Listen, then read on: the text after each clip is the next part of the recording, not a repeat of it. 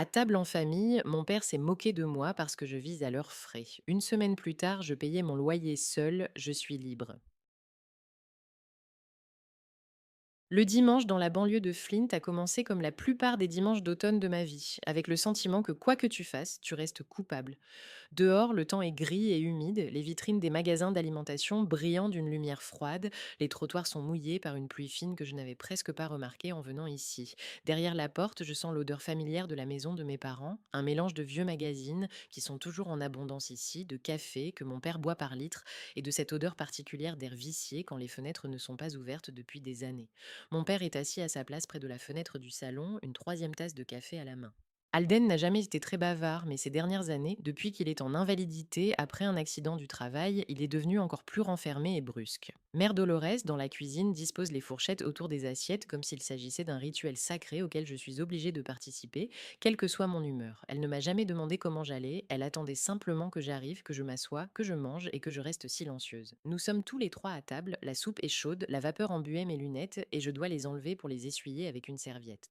Tout est comme d'habitude, la vieille toile cirée sur la table, la chaise écaillée sur laquelle je m'assois depuis mon adolescence, le même calendrier au mur arrêté à l'année dernière. Ma mère parle de coupons à utiliser avant la fin du mois, des nouvelles règles au travail où elle tient la comptabilité dans une école locale. Je hoche la tête pour montrer que je suis attentive mais mes pensées sont ailleurs. Je dois terminer aujourd'hui la maquette pour un client, payer la plateforme de travail en ligne, recharger mon téléphone et acheter de nouveaux écouteurs car les anciens ont définitivement rendu l'âme. Mais ce n'est pas le genre de choses dont on parle ici. Mon travail est quelque chose d'invisible, d'incompréhensible. Elle est assise devant son ordinateur, explique ma mère à ses connaissances pour décrire ce que je fais. Mon père considère le travail indépendant comme une invention pour les paresseux. J'ai depuis longtemps cessé d'expliquer. Alden soupire soudainement et, sans regarder personne, lance une phrase qui semble avoir été préparée à l'avance. Tu es toujours à notre charge. Quand vas-tu enfin partir vivre seul? Sa voix est un mélange d'irritation et de fatigue, son ton est le même que s'il demandait la météo. À ce moment-là, l'horloge murale commence à marquer bruyamment les secondes, on entend même le léger cliquetis de la fourchette de ma mère sur son assiette. Je ne lève pas les yeux, mon cœur bat plus vite, mais mon visage reste impassible. J'ai appris cela à l'âge de 15 ans. Dolores reste silencieuse pendant une seconde, puis rit. Ce n'est pas un rire moqueur ou malveillant, elle rit simplement comme si c'était la meilleure blague de la semaine. Dans cette famille, le rire signifie souvent que l'on ne vous demande pas votre avis, que vous n'êtes pas là pour discuter, mais pour accepter en silence ce qu'on vous dit. Je comprends que je ne suis pas capable de plus, je ne vais pas discuter, je ne vais rien prouver, je ne vais pas m'excuser pour la deuxième fois ce mois-ci d'être qui je suis. Je pose simplement ma fourchette, mes muscles se tendent comme du béton, je me lève, sans regarder personne, je sors de la poche de ma veste les clés, celles de leur appartement que je n'ai jamais considéré comme le mien, et les pose sur la commode près de l'entrée. Ma mère me demande où je vais, sa voix est froide et blessée. Célia, tu es vexée, ne fais pas l'enfant. Je ne réponds rien, je prends simplement mon sac posé par terre près du porte-manteau et je sors. Il fait déjà plus sombre dans la rue qu'il ne devrait en automne à cette heure-ci. Le ciel est couvert de nuages gris, le vent est froid et humide. Le sac semble lourd alors qu'il ne contient qu'un ordinateur portable, un chargeur, des vêtements de rechange et un vieux carnet avec les numéros des clients. Je marche vite sans me retourner, même si au fond de moi, j'attends que ma mère me court après, m'appelle, me dise quelque chose, mais la porte ne s'ouvre pas. Chaque pas semble incertain derrière moi, il ne reste pas seulement une soupe à moitié mangée et des assiettes sales, mais aussi le sentiment que tu es toujours une étrangère là où tu devrais être chez toi. Pendant que j'attends le bus, j'oublie presque d'écrire au client pour l'avertir que je rendrai le projet avec du retard. La réponse arrive instantanément. L'essentiel, c'est que ce soit bien fait et quand, c'est ton affaire. Je me surprends soudain à penser, même les connaissances fortuites de ma vie sont exigeantes, mais elles ne m'imposent ni leur vie, ni leur indignation. La soirée dans un motel bon marché m'accueille avec ses murs recouverts de vieux papiers peints décolorés. Le bruit de la télévision dans la chambre voisine perturbe mes pensées, mais la solitude me semble préférable à tout ce que j'ai vécu ces dernières années. Je ressens à la fois de la peur et du soulagement. Je n'ai jamais été aussi seule. Le lit grince lorsque je m'assois dessus, j'ouvre mon ordinateur portable et j'essaie de travailler, mais mes doigts ne m'obéissent pas. 7 jours passent. Le téléphone est resté silencieux pendant longtemps, mais aujourd'hui, à 9 heures du matin, l'écran clignote intensément. Alden. J'ai envie de refuser, mais quelque chose me pousse à allumer le haut-parleur. Pourquoi as-tu arrêté de payer le loyer? La voix de mon père est nerveuse, voire désemparée. Je regarde par la fenêtre le mur de briques gris de l'aile opposée du motel, j'ai envie de rire ou de pleurer, mais seule l'indifférence me vient. J'inspire lentement, j'essaie de rassembler mes mots, je ne vis plus à vos crochets. Il y a un silence dans le combiné, puis la voix devient encore plus aiguë, presque malveillante. Très bien, nous verrons comment tu te débrouilles toute seule. Sans nous, tu ne peux rien faire. Le téléphone est posé sur la table de chevet, l'écran s'éteint. À côté de lui, mon carnet avec ses pages trop propres. Je comprends soudain, à partir de cet instant, je ne suis pas simplement absente, je suis tombée hors de ce monde et personne ne va me rattraper si je tombe. Mais curieusement, à cet instant, je suis envahie par une envie soudaine et intense d'agir, de prouver, de résister. Dehors, la nuit tombe et dans ma tête commence à naître le premier et peut-être le plus important projet de ma vie d'adulte. J'ouvre mon ordinateur portable, je cherche des annonces de location d'appartements, les prix sont élevés, mais je sais qu'il n'est pas possible de faire demi-tour. Assise sur le lit dur du motel, je regarde mon téléphone et je n'arrive pas à m'endormir. Dehors, il fait nuit, on entend le bruit de la route au loin et dans ma tête tourbillonnent des pensées qui me donnent envie de fuir encore plus loin que je ne l'ai déjà fait. Mais les souvenirs ne me lâchent pas, ils reviennent sans cesse comme de vieilles photos qui tombent d'une boîte. Je me souviens de moi à l'âge de 9 ans, la cuisine de la maison familiale, la même table recouverte d'une nappe en toile cirée, le même père assis à table. J'apportais mon journal de classe, un 3 en mathématiques. Alden me regardait comme si je lui avais volé quelque chose de précieux. Un 3, tu réfléchis un peu. Sa voix était froide, dure, et j'attendais toujours que ma mère intervienne, dise quelque chose pour me défendre. Mais Dolores se contentait de se tourner vers la cuisinière, remuant silencieusement la soupe. Ce silence était pire qu'un cri. À l'époque, je croyais encore que je pouvais m'améliorer, devenir meilleure, mériter leur approbation. Mais malgré tous mes efforts, il y avait toujours quelque chose qui n'allait pas. Une note de 4 au lieu de 5. La mauvaise robe pour le bal de promo. Le mauvais choix de carrière, le mauvais garçon, le mauvais travail, la mauvaise vie. À 24 ans, j'ai terminé mes études à l'université de Detroit en graphisme. Un diplôme avec mention, un portfolio auquel j'avais consacré toute mon énergie.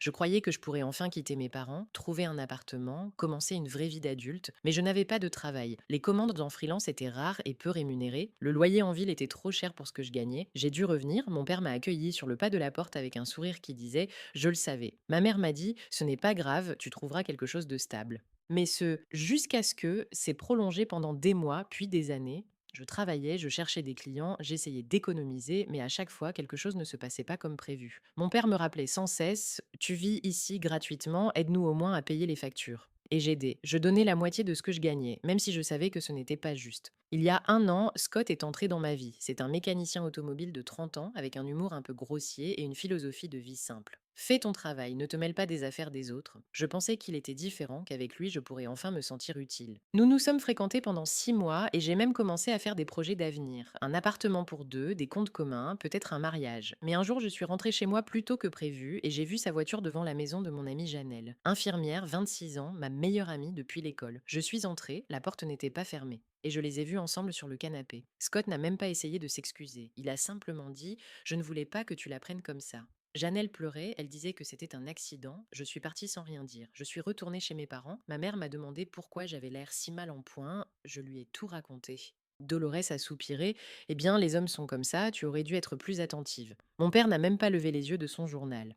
Tu vas peut-être pouvoir te concentrer sur ton travail maintenant au lieu de perdre ton temps avec des bêtises. Je me suis renfermée sur moi-même. Je travaillais 16 heures par jour, j'essayais d'économiser de l'argent, mais mes parents me demandaient sans cesse: nous devons payer la facture d'électricité. Nous devons aider à réparer la voiture, nous devons acheter des médicaments pour papa.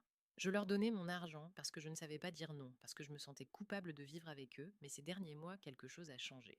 Mon père a commencé à se comporter bizarrement, il cachait des documents, ne me laissait pas voir les relevés bancaires, alors qu'avant, nous discutions de tout ensemble. Ma mère répondait à toutes mes questions par: ce ne sont pas tes affaires, ou ton père sait mieux que toi. Je sentais que quelque chose n'allait pas, mais je ne comprenais pas quoi. Et puis il y a eu ce dîner, cette phrase, ce rire. Maintenant, assise dans un motel, je comprends. Il n'avait jamais l'intention de me laisser partir. J'étais pratique. Je payais, je me taisais, je supportais. J'étais celle qui cédait toujours, qui s'excusait toujours, qui essayait toujours d'être meilleure. Et ils en profitaient simplement. Je prends mon carnet, j'ouvre mes anciennes notes. Il y a les listes de dépenses des 2 dernières années. Je calcule combien j'ai donné à mes parents, près de 8 000 $, 18 000 $ qui auraient dû servir à louer mon propre appartement, à acheter un nouvel ordinateur, à suivre des cours qui m'auraient aidé à évoluer professionnellement.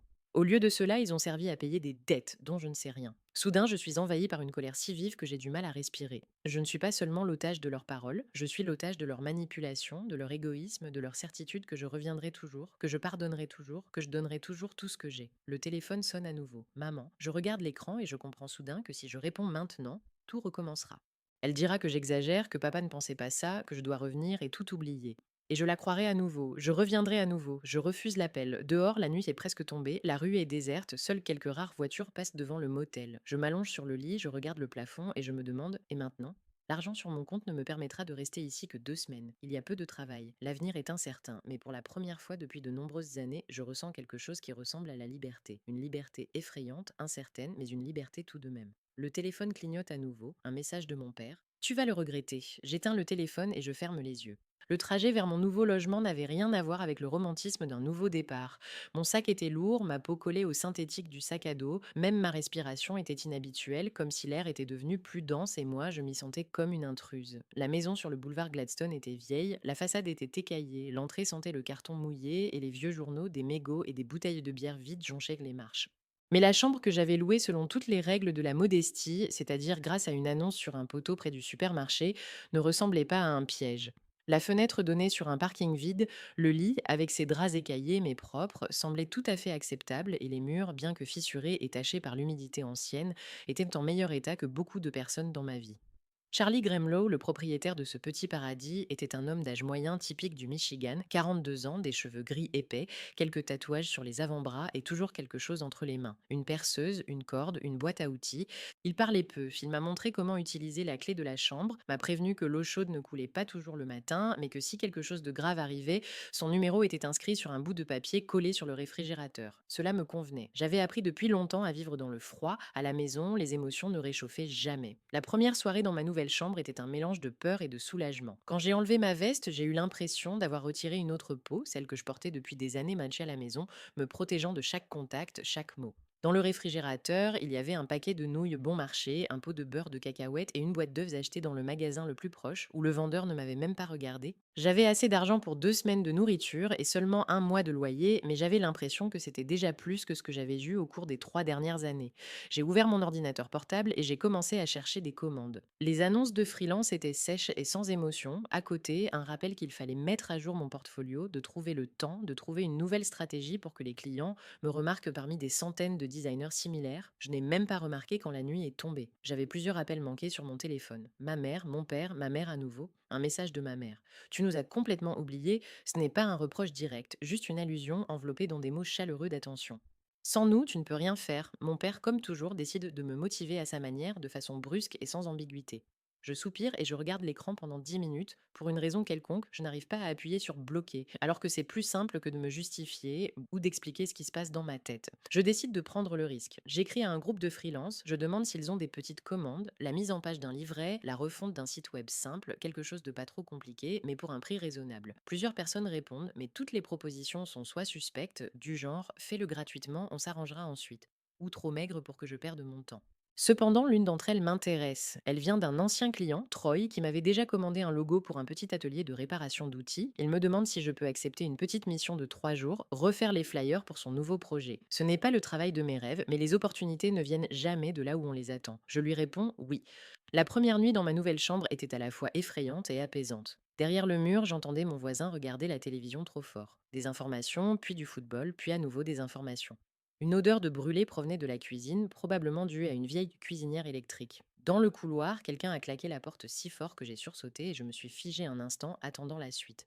Mais pour la première fois depuis des années, une petite étincelle de paix est apparue en moi. Je n'ai rien à expliquer à personne, à me justifier, à nettoyer les assiettes des autres, ou à ouvrir la porte si mon père a oublié sa clé, ou à allumer la lumière dans la cuisine pour que personne ne trébuche. Il n'y a que moi, mon monde, mes règles.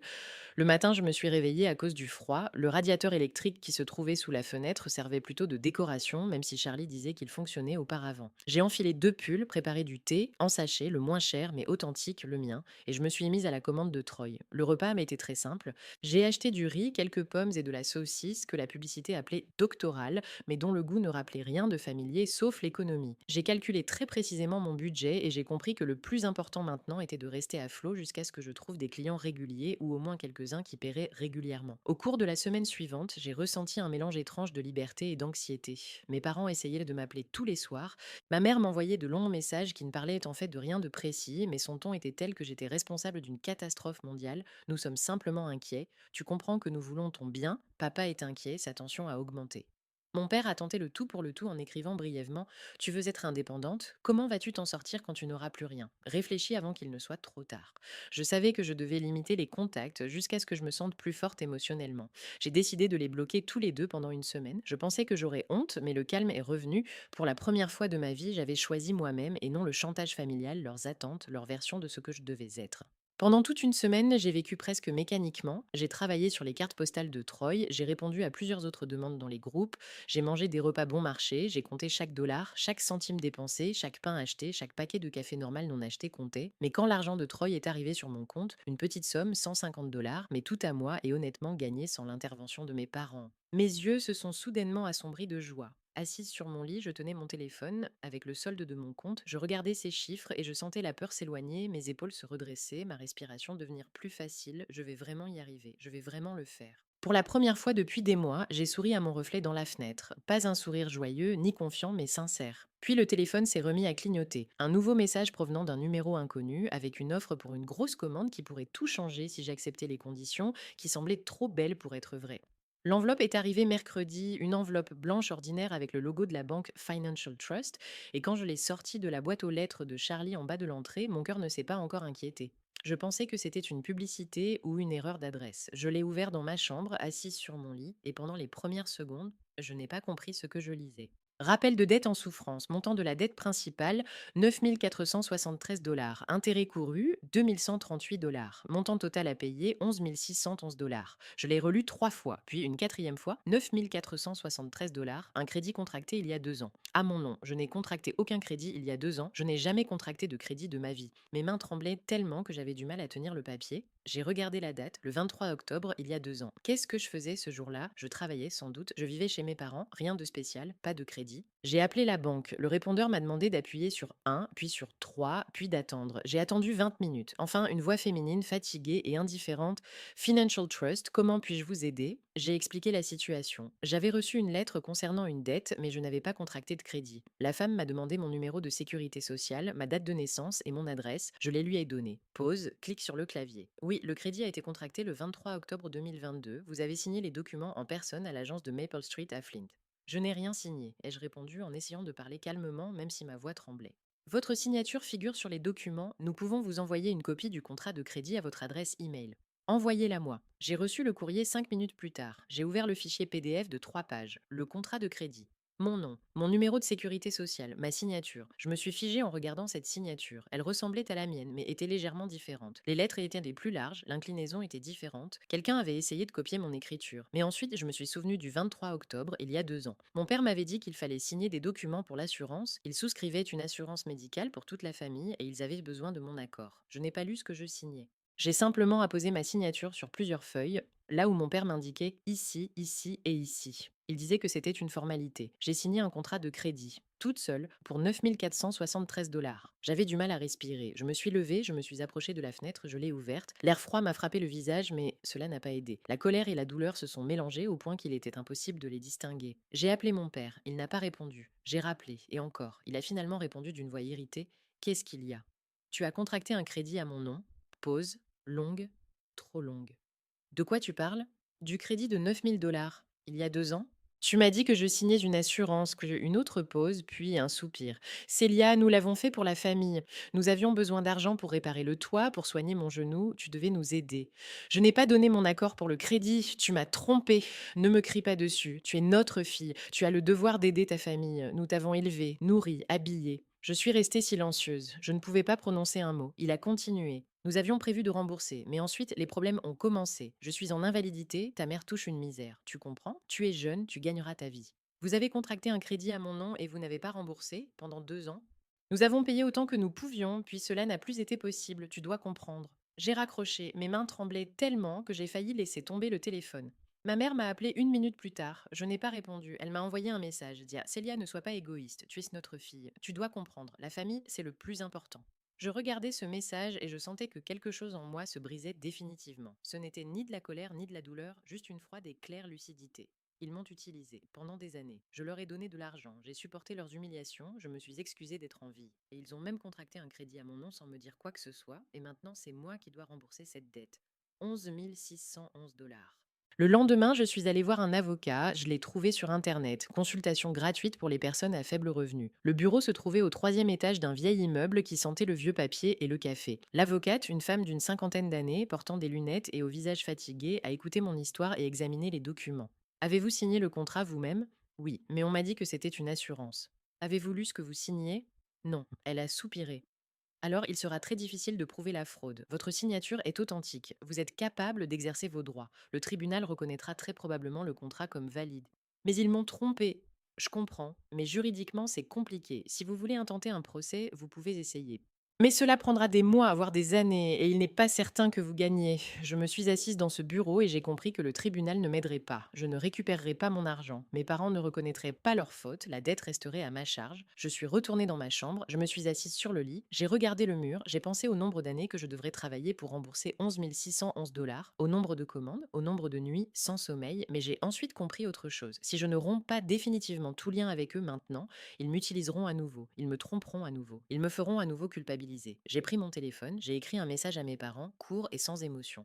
Je vais rembourser cette dette toute seule, mais vous n'existez plus pour moi, ne m'appelez pas, ne m'écrivez pas, ne venez pas me voir, nous ne sommes plus une famille.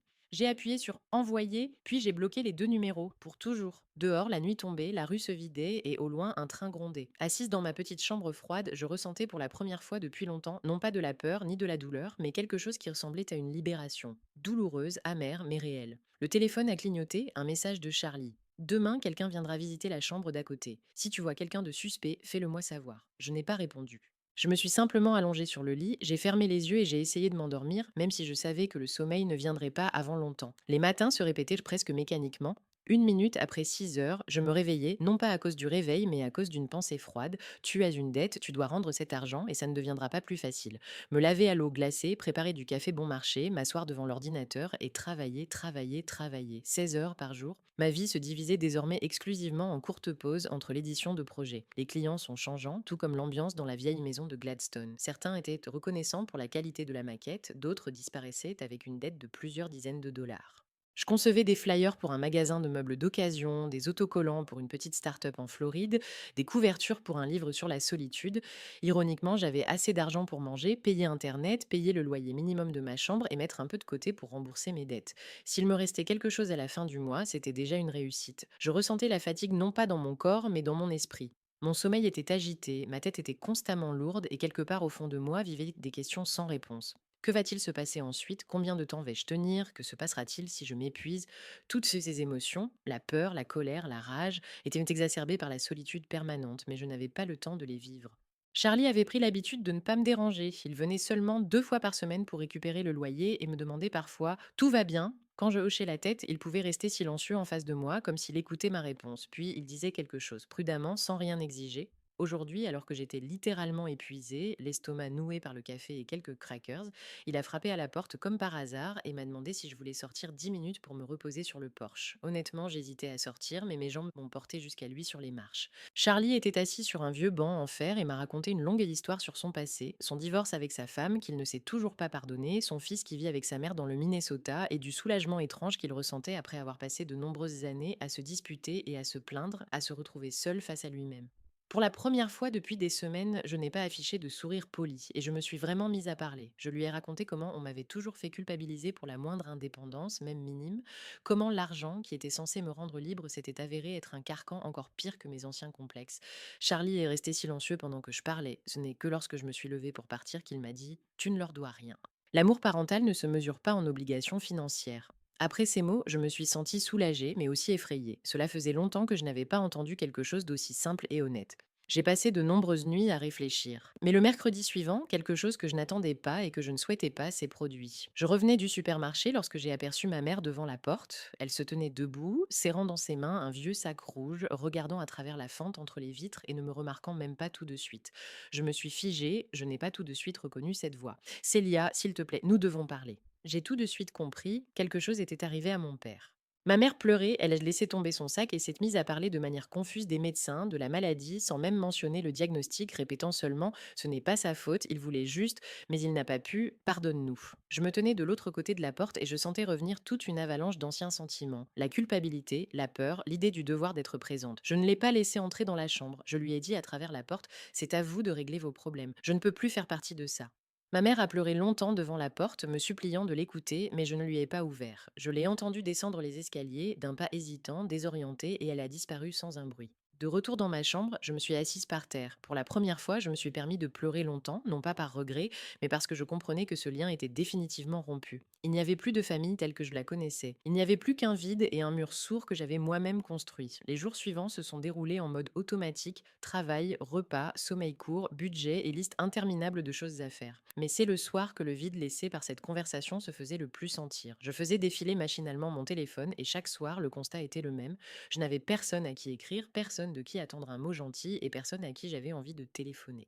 La nuit, les phares des voitures clignotaient à la fenêtre et dans mon ordinateur portable, 3 lettres non lues de clients potentiels qui n'avaient pas répondu après une évaluation trop honnête de mon travail. J'étais invisible pour le monde et pour moi-même. Dans ces moments-là, je me souvenais de Charlie. Pas de son histoire, mais de son regard, simple et humain. Parfois, il laissait un paquet de café sur ma poignée de porte, parfois juste un mot tiens bon. Cela me sauvait. Ces petites marques de soutien discret de la part d'un étranger m'apportaient non plus que toutes les conventions de l'amour familial d'autrefois. Cette nuit-là, pour changer, j'ai éteint Internet et je suis restée longtemps allongée dans mon lit à regarder le plafond. Ces pensées, selon lesquelles nous sommes tout seuls au milieu de la foule, ne me semblaient plus banales. Pour la première fois, j'ai eu envie de me dire ces mots de réconfort si rares. Tu vas y arriver.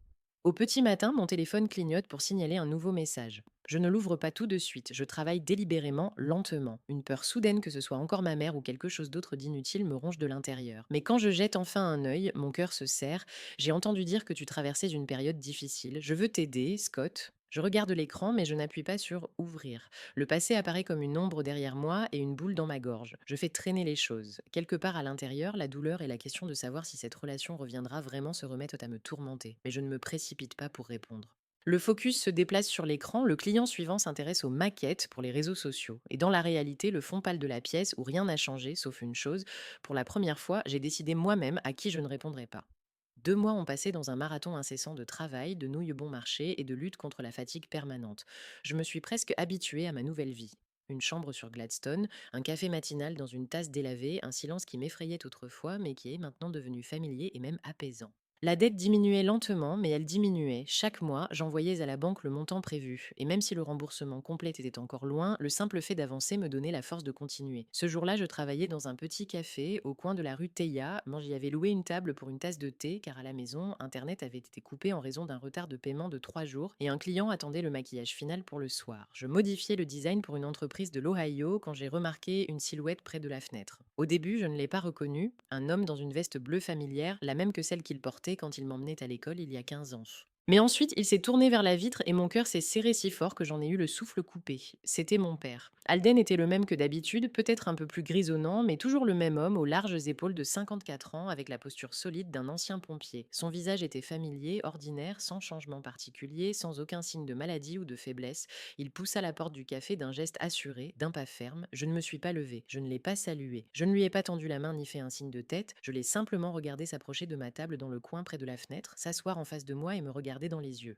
Comment m'as-tu trouvé lui ai-je demandé, ma voix froide comme celle d'un congélateur, sans aucune note de compassion. J'ai demandé à tes anciens amis, m'a-t-il répondu sans détourner le regard. Quelqu'un m'a dit qu'il t'avait vu ici. Célia, je dois te parler, c'est important. Je reste silencieuse. Il me regarde et dans ses yeux, je vois quelque chose qui ressemble à de la pitié, à du désespoir. Mais j'ai appris à ne pas croire aux émotions qui peuvent être simulées. Il a toujours su manipuler, avec ses mots, ses expressions faciales, voire son silence. Je vais vraiment mal, dit-il d'une voix normale, sans râle ni faiblesse.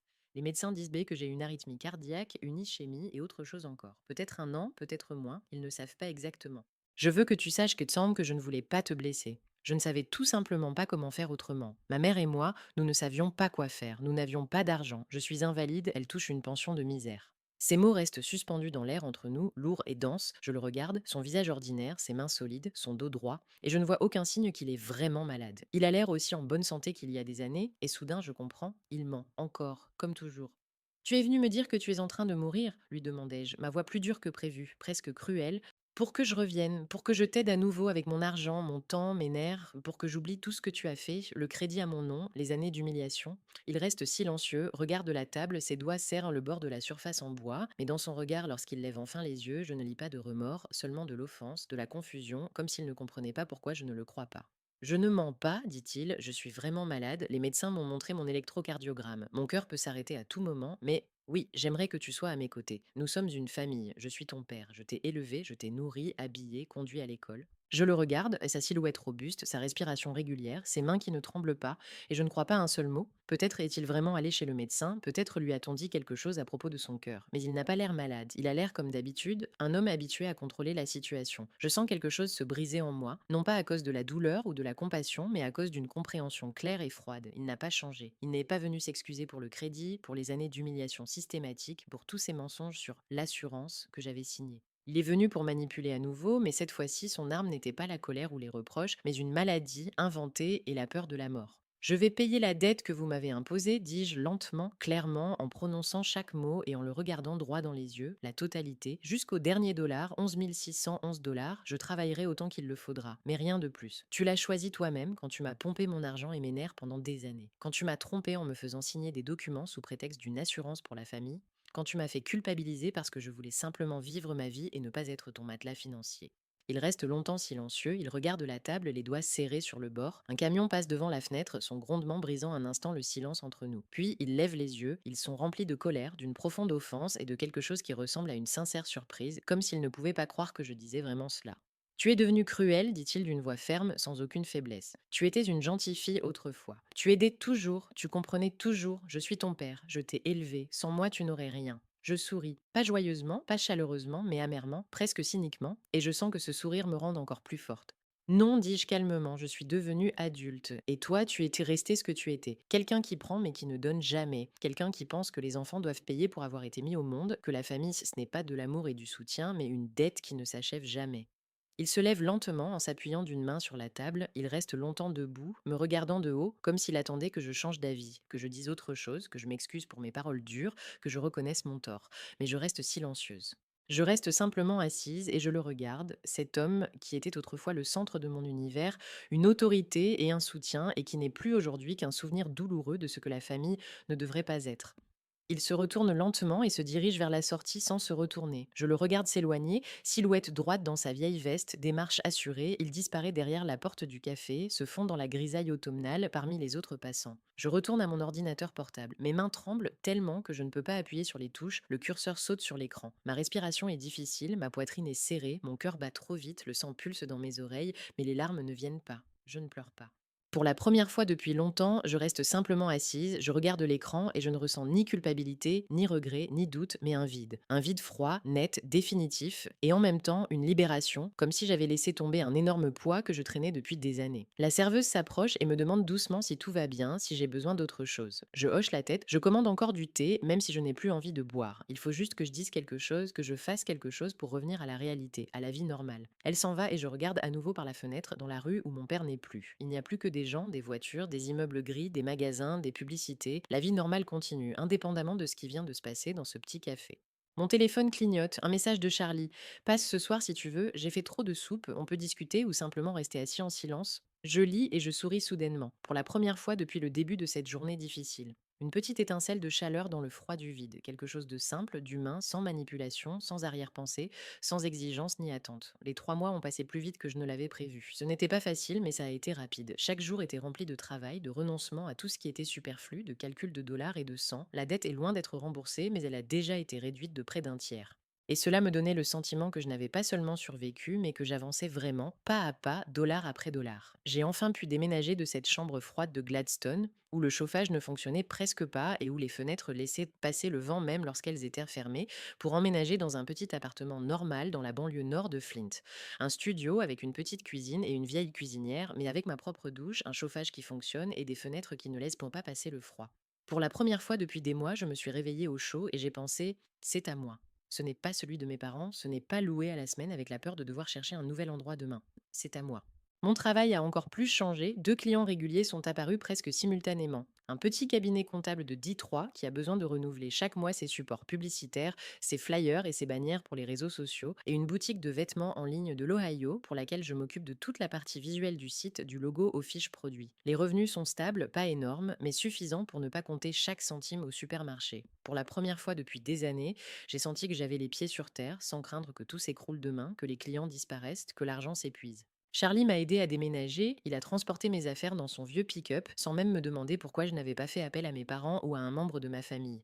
Il savait, tout simplement. Il est venu, a chargé les cartons, les a transportés en silence et m'a aidé à tout monter au troisième étage sans ascenseur. Ce soir-là, alors que j'avais déjà tout rangé dans mon nouvel appartement et que je me sentais épuisée mais heureuse, il m'a invitée à dîner chez lui. Pas pour un rendez-vous galant, juste un dîner amical. Nous nous sommes assis à sa table de cuisine, avons mangé une soupe au poulet et aux légumes qu'il avait préparé lui-même et avons discuté de la difficulté de recommencer à zéro après avoir rompu avec sa vie habituelle.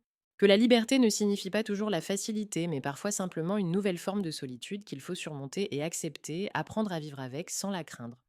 Je n'ai pas parlé à mon fils pendant 1 an et demi après le divorce, dit Charlie doucement en regardant par la fenêtre la rue sombre.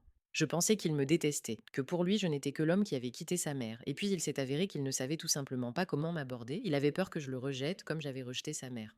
Et tu l'as appelé, lui demandai-je prudemment. Oui, finalement, mais 1 an et demi s'était écoulé, j'aimerais pouvoir remonter le temps. Mais je ne peux pas, maintenant j'essaie simplement de rattraper le temps perdu. Je hoche la tête, je comprends, mais ma situation est différente. Je ne regrette pas de ne pas appeler mes parents. Je regrette seulement les années que j'ai passées à essayer de mériter leur amour, à prouver que je suis assez bonne, assez utile, assez obéissante. De retour à l'appartement, j'ai ressenti une paix que je n'avais pas connue depuis longtemps. J'ai allumé mon ordinateur portable et j'ai commencé à travailler sur une nouvelle commande, la refonte d'une bannière pour un magasin de vêtements. Dehors, la nuit tombait déjà, mais dans la pièce, il faisait chaud et calme. Pour la première fois depuis longtemps, je n'avais pas peur du lendemain. Je ne pensais pas à ce qui se passerait si quelque chose tournait mal. Mon téléphone a clignoté, un SMS provenant d'un numéro inconnu. Je l'ai ouvert et mon cœur s'est arrêté un instant. Célia, c'est maman. Papa est à l'hôpital. Si tu veux lui dire au revoir, viens, il ne survivra peut-être pas. J'ai lu ce message plusieurs fois. Je sentais mon cœur s'accélérer, mais pas à cause de la peur ou de la tristesse, plutôt à cause de l'irritation et de la méfiance. Encore une fois, de la manipulation. Encore une fois, une tentative pour me ramener dans leur vie. Je n'y suis pas allée. À la place, j'ai appelé l'hôpital Saint-Joseph, le seul grand hôpital de notre quartier. J'ai donné le nom de mon père et demandé comment il allait. L'infirmière à l'accueil a d'abord refusé de me parler, invoquant la confidentialité, mais quand je lui ai dit que j'étais sa fille et que j'avais besoin de savoir si la situation était vraiment critique, elle a soupiré et vérifié dans la base de données. Alden Torvald, oui, il est chez nous. Service de cardiologie, procédure planifiée, examen cardiaque, son état est stable, il n'y a aucun risque pour sa vie. Procédure planifiée ai-je demandé, sentant la colère monter en moi. Oui, examen cardiaque prévu, ECG, échographie, rien de grave, sortie prévue après-demain. Je l'ai remercié et j'ai raccroché. Assise sur le canapé, je regardais le plafond, sentant la colère se mêler au soulagement et à un sourire amer. Des procédures de routine, pas d'infarctus, pas de coma, pas de danger de mort. Juste un examen qui aurait pu être fait n'importe quel autre jour, mais ils ont choisi ce moment précis pour essayer de me reconquérir. Le lendemain, j'ai reçu un autre message, toujours de ma mère, mais d'un autre numéro. Ton père s'est miraculeusement rétabli. Les médecins ne comprennent pas comment cela a pu arriver. Ils disaient qu'il ne survivrait peut-être pas, mais il s'est rétabli. Mais il est très vexé que tu ne sois même pas venue. Moi aussi. Nous pensions que tu étais différente. Il s'avère que tu te fiches de ton père mourant. Tu es cruelle et égoïste. En lisant cela, je n'ai pas ressenti de culpabilité, mais une froide lucidité. Ils ont réessayé. Ils ont encore joué avec mes sentiments, espérant que je reviendrai, que je m'excuserai, que je redeviendrai cette fille obéissante qui pardonne tout, supporte tout, donne tout. Mais je ne suis plus celle-là, je suis différente. J'ai ouvert mes contacts, j'ai trouvé les derniers numéros de ma mère et de mon père, ceux qui avaient été enregistrés au cours des derniers mois à partir des différents téléphones qu'ils utilisaient pour contourner le blocage. Et je les ai tous supprimés, pour toujours. Puis j'ai bloqué tous les numéros que je connaissais, y compris les anciens, je n'ai rien écrit en réponse. J'ai simplement supprimé et bloqué. Assise dans mon appartement, je regardais l'écran de mon téléphone et je ne ressentais ni douleur, ni doute, ni culpabilité, mais une libération, légère, pure, définitive. Ils ne s'excuseront jamais, ils ne reconnaîtront jamais avoir fait quelque chose de mal, ils me considéreront toujours comme coupable, ingrate, cruelle, mais je n'en ai plus besoin, je n'attends pas leur approbation. Je ne recherche pas leur amour, je vis simplement ma vie et cela me suffit. J'ai allumé mon ordinateur portable et ouvert un nouveau projet pour une boutique de vêtements. Je devais créer une série de bannières pour les soldes d'hiver. J'ai posé une tasse de café à côté de moi, un vrai café, délicieux, pas en sachet, que je n'avais pas bu depuis longtemps parce que j'économisais sur tout. Dehors, la première neige de la saison tombait, légère et silencieuse, recouvrant la rue d'un manteau blanc. La rue était déserte, seules quelques rares voitures passaient, laissant des traces dans la neige fraîche. Je travaille, je bois du café et je ressens ce que je n'ai pas ressenti depuis des années. La paix. Pas le bonheur, pas l'euphorie, pas une explosion de joie, mais simplement la paix. Profonde, silencieuse, authentique. Pour la première fois de ma vie, je n'ai pas peur du lendemain. Je n'attends pas que quelqu'un vienne me dire que je ne suis pas assez bonne, pas assez obéissante, pas assez reconnaissante. Je n'essaie pas de mériter l'amour de quelqu'un. Je vis, tout simplement. Mon téléphone clignote à nouveau. Un message de Charlie. Comment ça va dans ton nouvel appartement? Si tu as besoin de quoi que ce soit, écris-moi. Je peux t'aider pour tout. Je souris et réponds. Tout va bien, merci pour tout. Dehors, la neige tombe de plus en plus drue, recouvrant les rues, les toits, les voitures d'un manteau blanc. Je la regarde et je me dis, c'est peut-être ça, la vraie vie d'adulte, sans drame, sans grande victoire, sans fin de conte de fées, sans prince sur des chevaux blancs. Juste toi, ton travail, ton appartement et une tasse de café chaud entre les mains, et cela suffit. Plus besoin de prouver quoi que ce soit. 6 mois ont passé sans que je m'en aperçoive, non pas dans le tourbillon des événements, mais dans le rythme calme et régulier d'une nouvelle vie. Je me suis tellement habituée à mon appartement que maintenant, n'importe quel autre me semblerait étranger. Je me suis habituée au matin où je peux me permettre 15 minutes de sommeil supplémentaire sans paniquer à chaque minute perdue. Aux soirées où je travaille sur mon ordinateur portable sans me demander si j'aurai assez d'argent pour manger demain ou après-demain. Ma dette a diminué de moitié. Encore un an de travail intensif et je serai enfin libérée de ce fardeau. Mon travail s'est stabilisé comme je n'aurais jamais osé l'espérer. 2 clients réguliers sont devenus 3 puis 4. Un cabinet comptable de 10-3 m'a recommandé à ses partenaires. Je m'occupe désormais de la partie visuelle pour 3 entreprises à la fois. Une boutique de vêtements de l'Ohio a augmenté le volume de ses commandes et m'a ajouté à l'équipe de développeurs de son nouveau site web. De nouveaux projets ont vu le jour, la conception d'un site web pour une start-up de Chicago, la refonte du site web d'une boulangerie locale et même le logo d'un cabinet d'avocats. L'argent a cessé d'être une source de stress permanent et d'insomnie. Aujourd'hui, c'est simplement une partie de ma vie, mais ce n'est pas la plus importante ni la principale. Charlie est devenu un ami proche, ni plus ni moins, juste quelqu'un qui est toujours là quand j'ai besoin de lui et qui ne s'immisce pas quand ce n'est pas nécessaire. Nous sommes allés 2 fois au cinéma ensemble. Une fois, il m'a aidé à monter une nouvelle table que j'avais achetée dans un magasin de meubles d'occasion pour 30 $ et je l'ai aidé à trier de vieilles affaires dans son garage et à jeter ce qui aurait dû être jeté depuis longtemps. Il n'y avait pas de romantisme entre nous, ni de son côté, ni du mien. Juste du soutien, de la compréhension mutuelle et le sentiment qu'il y avait quelqu'un qui ne jugeait pas, n'exigeait rien, ne manipulait pas, n'attendait rien de moi, sauf que je sois moi-même. Le jour de Thanksgiving approchait à grands pas et chaque jour, je comprenais de plus en plus clairement que je ne vais pas chez mes parents. L'année dernière, j'étais assise à table avec eux, je me forçais à sourire, j'écoutais leurs reproches et leurs plaintes cachées sous couvert de sollicitude, je supportais leurs allusions à mon ingratitude. Cette année, tout est différent. Je ne vais pas chez eux, je n'envisage même pas cette option comme quelque chose qui doit être justifié ou expliqué. Au lieu de cela, je prépare un dîner pour moi-même. Un petit dîner modeste, du poulet, des pommes de terre, une salade de légumes frais, une tarte aux pommes avec une pâte toute prête que j'ai achetée au supermarché. Rien de spécial, rien d'extraordinaire, mais c'est mon dîner, dans mon appartement, sans personne pour gâcher mon humeur ou me faire culpabiliser. Charlie m'a invité chez lui, m'a dit qu'il allait fêter Noël avec son fils, qui vient du Minnesota, et m'a invité à me joindre à eux. Mais j'ai refusé, non pas parce que j'étais vexée ou que je ne voulais pas communiquer, mais parce que je voulais passer cette journée seule, au calme, sans émotion inutile. Il a compris. Il ne s'est pas vexé, n'a pas essayé de me convaincre, il a simplement dit: Je comprends. Si tu changes d'avis, écris-moi. Le soir, alors que j'avais déjà mis la table, allumé 2 bougies et que j'étais assise avec un verre de vin rouge, le téléphone a sonné, un numéro inconnu. J'étais sur le point de raccrocher, comme je le faisais toujours avec les numéros inconnus, mais quelque chose m'a poussé à répondre. Peut-être était-ce simplement mon humeur, peut-être était-ce le sentiment que rien ne pouvait m'abattre aujourd'hui. Au bout du fil, une voix familière, celle de ma mère. Il y a quelques semaines, j'avais débloqué son numéro, non pas parce que je lui avais pardonné, à elle ou à mon père, non pas parce que je voulais renouer le contact, simplement parce que je n'avais plus peur, ils n'avaient plus aucun pouvoir sur moi, je pouvais entendre leur voix sans me sentir coupable, sans avoir l'impression que quelque chose n'allait pas chez moi. Célia, dit ma mère d'une voix prudente, comme si elle avait peur que je raccroche ou que je la bloque à nouveau. Comment vas-tu? Où es-tu? Ça va, je suis à la maison, répondis-je brièvement sans donner plus de détails. Nous voulions t'inviter à dîner, papa. Il aimerait vraiment te voir, tu lui manques. Je reste silencieuse. Je sens la vieille colère remonter au fond de moi, mais elle n'est plus aussi vive, aussi douloureuse. Maman, dis-je calmement, presque avec indifférence, je sais que papa n'était pas en train de mourir. J'ai appelé l'hôpital ce jour-là. Des procédures de routine, un examen cardiaque sans aucun risque. Vous avez encore menti, vous avez encore manipulé. Silence à l'autre bout du fil, long, lourd. Puis ma mère soupire, et dans ce soupir, on n'entend pas de remords, mais de l'irritation. Nous voulions simplement que tu viennes, pour que tu comprennes à quel point c'est difficile pour nous sans toi, à quel point nous avons besoin de ton soutien. C'est difficile pour vous sans mon argent, dis-je d'une voix ferme, sans hésitation. Pas sans moi. Vous aviez besoin d'un filet de sécurité financier. Votre filet ne vous a servi à rien, vous l'avez prouvé vous-même en contractant un crédit à mon nom sans m'en informer. C'est injuste, Célia, dit ma mère en élevant la voix dans laquelle je reconnais une rancœur familière. Nous t'avons toujours aimé, nous avons tout fait pour toi. Peut-être, à votre manière. Mais cela ne me suffit pas. Je ne veux pas vivre comme avant, comme vous le souhaitez, je ne reviendrai pas. Un nouveau silence s'installe, puis ma mère dit doucement, presque avec malice: ton père ne te demandera pas pardon si c'est ce que tu attends. Il pense que tu es responsable, que tu es une égoïste qui a abandonné ses parents. Je souris amèrement en regardant les bougies sur la table. Je sais, il ne changera jamais, il se considérera toujours comme ayant raison, mais moi j'ai changé, et c'est tout ce qui compte pour moi. La conversation se termine rapidement. Ma mère raccroche sans dire au revoir, je pose le téléphone sur la table et reste assise, les yeux fixés sur le dîner préparé. Je ne ressens ni culpabilité, ni doute, ni regret, mais un soulagement. J'ai dit tout ce que je voulais dire. Maintenant, c'est à eux de choisir d'accepter ma position ou non. Mais ma vie ne dépend plus de leur choix. Le lendemain, Scott m'écrit à nouveau. Un court message sur Messenger. Salut, comment ça va? J'ai pensé à toi ces derniers temps. On pourrait se voir un de ces jours, juste pour discuter. Je lis ce message et je ne ressens ni douleur, ni colère, ni nostalgie pour ce qui aurait pu être, mais simplement de la sérénité. Cette vie est terminée. Scott fait partie du passé que j'ai laissé derrière moi comme de vieux vêtements qui ne me vont plus. Je réponds brièvement, sans rancœur, sans prétention. Salut, je vais bien, mais je ne veux pas te voir. Cette vie est terminée. Prends soin de toi. Il ne répond pas tout de suite.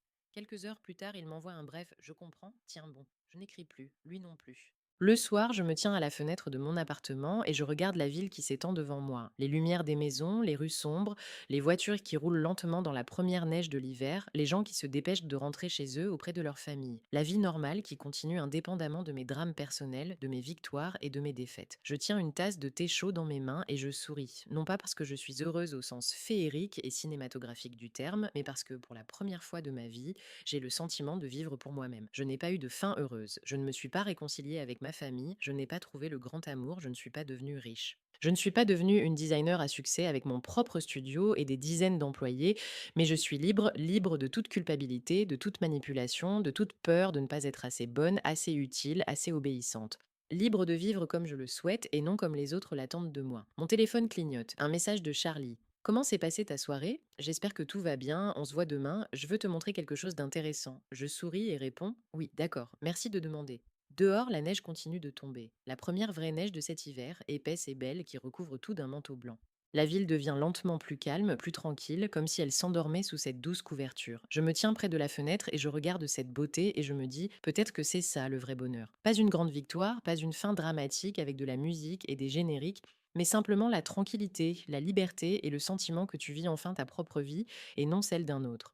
Je prends une gorgée de thé, je regarde la neige derrière la fenêtre et je ressens une profonde et paisible sérénité. Mon histoire ne s'est pas terminée comme dans un conte de fées, mais elle s'est terminée honnêtement, et cela me suffit.